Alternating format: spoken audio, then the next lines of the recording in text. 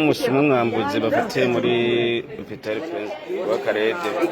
yegize umudogiteri yegize umuntu ngo akora ngo hambaye ngo yize amashuri ngo y'ubudogiteri murabona ukuntu yambaye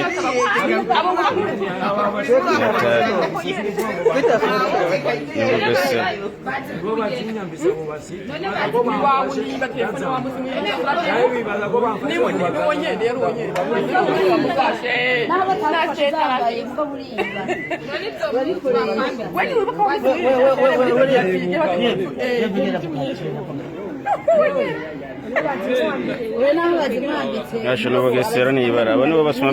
bamaze ibintu byo mu bitaro ararenze aka kantu yaje akazinze neza mwishago avuga nyinshi n'ubuntu nese musuma igitanga nese musuma ubwo mbere tukimufata uwo yagera ibintu ntabyazi nka n'ibyo yari afise mugo tumaze kumubaza neza cyavuga ati njye ndabifise ati njye nabitsanye ubwo nyuma amaze kugira cyavuga ngo yabihabona ubu mugo bwa mbere yanjye none kare bari kumwe mu boss wiwe boss wone wayimuhaye ndamuhamagara niyaciye yaza ndafise akamiro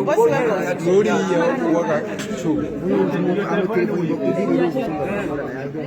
telefone wamutelefone arakwitaba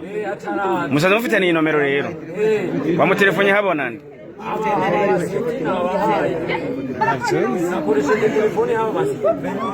Siti Muni mwamuhamagaye ujya muhungu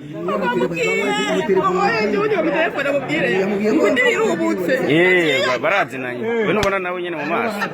ahubwo nawe nyene bari bakiye kumwicarika nawe nyene niyicare ngaho nawe nyene niyicare mu bandi nawe nyene ushaka kuba ufise nomero z'umuntu mutakorana agachat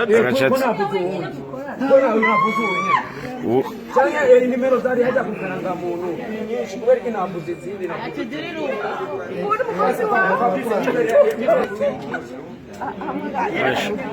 ano basoma bamaze ibintu muri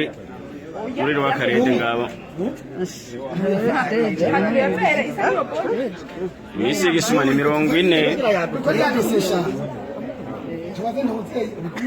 uwo twamenye ngo witwa Fabrice ari wo wuyo witwa Fabrice uwo nawe nta na identity afise uyu yagura ngo ni we Alex mama wanje rero bafashwe n'abasiti kabisa ariko bakora ibara